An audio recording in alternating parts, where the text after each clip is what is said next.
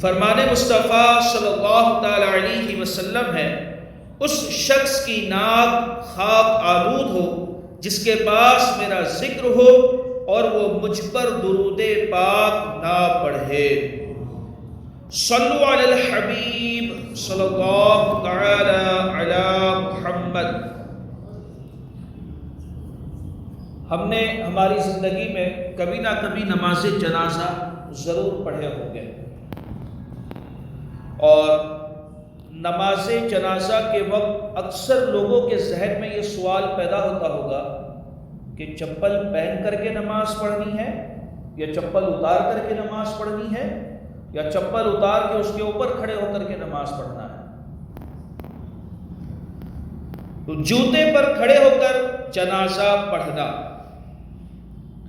جوتا پہن کر اگر نماز جنازہ پڑھے تو جوتے اور زمین دونوں کا پاک ہونا ضروری ہے۔ اگر ہم جوتے پہن کر کے نماز جنازہ پڑھ رہے ہیں تو جوتا اور زمین دونوں کا پاک ہونا یہ ضروری ہے، اور جوتا اتار کر اس پر کھڑے ہو کر پڑھے۔ جوتا ہم نے اتارے، اب جوتے کے اوپر ہم کھڑے ہیں، تو جوتے کے اوپری لیئر کے اوپر ہم کھڑے ہیں نا، تو جوتا اتار کر اس پر کھڑے ہو کر کے پڑھے تو جوتے کے تلے اور زمین کا پاک ہونا ضروری نہیں۔ ہم کھڑے کس کے اوپر ہے؟ جوتے کے اوپری لیئر کے اوپر ہم کھڑے ہیں، تو جوتے کا جو تلا ہے، جو نیچے کا حصہ ہے، اور زمین، اس کا پاک ہونا ضروری نہیں۔ اور جوتا اتار کر اس پر کھڑے ہو کر کے پڑھے تو جوتے کے تلے اور زمین کا پاک ہونا ضروری نہیں۔ میرے آقا اعلی حضرت امام اہل سنت مولانا شاہ امام احمد رضا خان علیہ رحمت الرحمن ایک سوال کے جواب میں ارشاد فرماتے ہیں، اگر وہ جگہ پیشاب وغیرہ سے ناپاک تھی، اگر وہ جگہ پیشاب وغیرہ سے ناپاک تھی یا جن کے جوتوں کے تلے ناپاک تھے، جوتے کا جو نیچے کا حصہ ہے تلا، جن کے جوتوں کے تلے ناپاک تھے اور اس حالت میں جوتا پہنے ہوئے نماز پڑھی، ان کی نماز نہ ہوئی۔ جگہ ناپاک تھی یا جوتے ناپاک تھے اور جوتا پہن کر کے نماز پڑھے تو نماز نہ ہوئی۔ احتیاط یہی ہے کہ جوتا اتار کر اس پر پاؤں رکھ کر نماز پڑھی جائے۔ جوتا اتار کر اس کے اوپر پاؤں رکھ دے تو جوتے کا جو اوپری لیئر ہے اس کے اوپر ہم کھڑے ہیں، تو اگر سمجھ لو جگہ نجس تھی کسی بھی طرح سے یا جوتے کا تلا نجس تھا تو ہماری نماز میں تو کوئی اس سے فرق نہیں آئے گا نا۔ تو احتیاط یہی ہے کہ جوتا اتار کر اس پر پاؤں رکھ کر نماز پڑھی جائے کہ زمین یا تلا اگر ناپاک ہو تو نماز میں خلل نہ آئے۔ غائبانہ نماز جنازہ، جنازہ ابھی پہنچا نہیں ہے تو پہلے نماز پڑھ لیتے ہیں، تو کیا ہم پڑھ سکتے ہیں؟ یا جنازہ لے کر کے چلے گئے، اب ہمیں نماز پڑھنا ہے تو کیا ہم پڑھ سکتے ہیں؟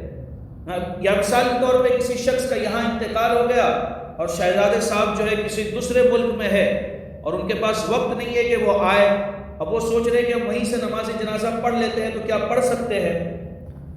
ایسے ہزاروں کوشچن بن سکتے ہیں۔ تو غائبانہ نماز جنازہ، میت کا سامنے ہونا ضروری ہے، میت کا سامنے ہونا ضروری ہے۔ غائبانہ نماز جنازہ نہیں ہو سکتی۔ غائبانہ نماز جنازہ اگر میت نہیں ہے تو اس کی نماز کی جناز نہیں پڑھ سکتے، میت کا سامنے ہونا یہ ضروری ہے۔ مستحب یہ ہے کہ امام میت کے سینے کے سامنے کھڑا، اس میں بہتر یہ ہے کہ امام صاحب میت کے سینے کے سامنے کھڑے ہیں۔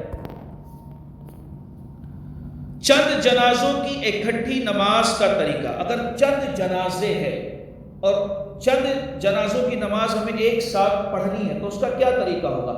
جنازے کس پوزیشن میں رکھے جائیں گے؟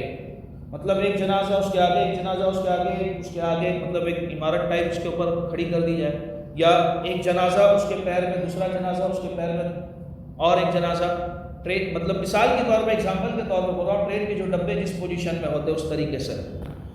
تو چند جنازوں کی اکٹھی نماز کا طریقہ، چند جنازے ایک ساتھ بھی پڑھے جا سکتے ہیں، اس میں اختیار ہے سب کو آگے پیچھے رکھے، یعنی سب کا سینہ امام کے سامنے ہو۔ ایک پھر ایک پھر ایک پھر ایک، سب کا سینہ امام کے سامنے ہو، یا قطار بند، یعنی اس کے پیر میں دوسرا جنازہ، اس کے پیر میں اس کے بعد والا جنازہ، دونوں آپشن ہے، جیسے چاہے رکھے، یعنی ایک کے پاؤں کی سیدھ میں دوسرے کا سرہانا اور دوسرے کے پاؤں کی سیدھ میں تیسرے کا سرہانا، وَعَلَى هَذَا الْقِيَاسِ، یعنی اسی پر قیاس کیجئے۔ جنازے میں کتنی صفیں ہیں؟ یہ بھی بہت امپورٹنٹ کوشچن ہے اور کام کی بات ہے، اہم بات ہے۔ بہتر یہ ہے کہ جنازے میں 3 صفیں ہو، کم از کم جنازے میں 3 صفیں ہونا چاہیے۔ حدیث پاک میں ہے جس کی نماز جنازہ 3 صفوں نے پڑھی اس کی مغفرت ہو جائے گی۔ جس کی نماز جنازہ 3 صفوں نے پڑھی اس شخص کی مغفرت ہو جائے گی۔ اگر کل 7 ہی آدمی ہو، کل ٹوٹل 7 ہی آدمی ہے، تو اب 3 صف ہم اس میں کیسے قائم کریں؟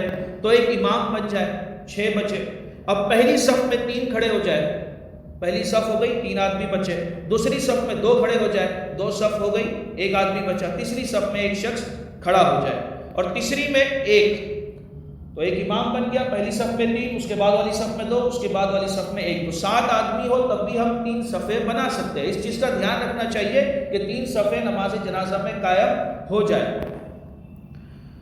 اور ایک اہم بات، امپورٹنٹ بات، عام نمازوں میں کون سی صف میں نماز پڑھنا افضل ہے؟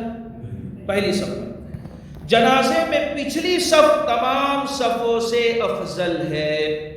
صلو علی الحبیب صلی اللہ تعالی علی محمد۔